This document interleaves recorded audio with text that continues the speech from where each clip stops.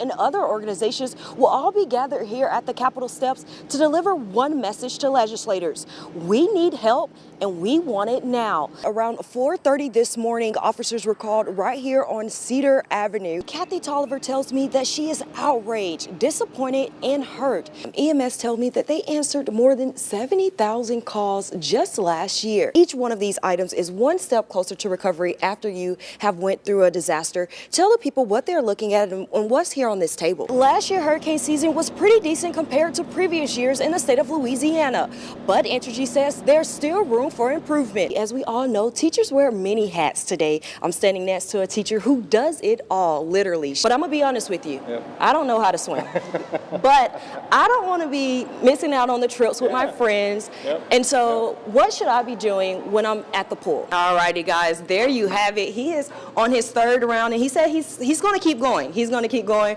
but he's also going to keep working. We do have a science experiment that we're going to do here. We're trying to make this, guys, so bear with us. We all love free. That's right. That's right. And I hear that you guys are also giving away some free merch. I got y'all. It's going to be a great time this weekend, guys, so please be sure to come out. You're going to have a great time. Let's show the people of how to really play pickleball. Sure. Alrighty. Great. Kids are like a box of chocolate. You never know what you're going to get. So what keeps you motivated?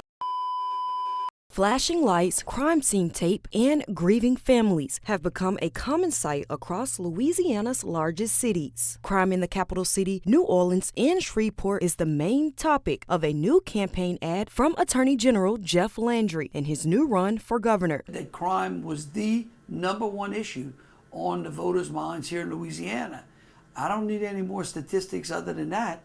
That's real people seeing real things and having real crime affect them. Despite its size, Landry says the crime rate in Houston is better than the 3 largest cities in Louisiana. We're not even as big as the Houston metropolitan area. We've got 3 cities. And those 3 cities are not even next to each other. Multiple studies show New Orleans, Shreveport, and Baton Rouge rank towards the top of America's most dangerous cities. Community leader Gino McLaughlin has lost family members and friends due to gun violence. It is a cycle, right? And so how do we break it? However, Baton Rouge Police Chief Murphy Paul disagrees. He believes violent crime is decreasing. We saw a 21% reduction, 16 murders in the city of Baton Rouge since January the 1st, and I believe we probably had around 30 this time last year. When the COVID pandemic started, violent crime spiked in southeast Louisiana, which is one of the multiple factors the chief blames for the increase in violence. Systems that are in place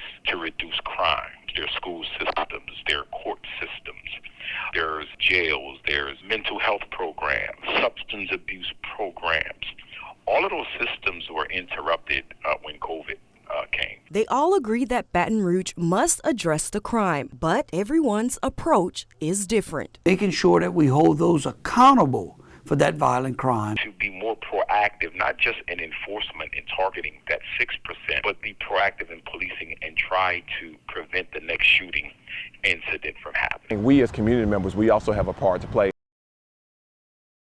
Teachers primarily, bus drivers, custodial workers, cafeteria workers, all who are entrusted with working with our children, we have to keep them safe. We want to warn you, this video is disturbing.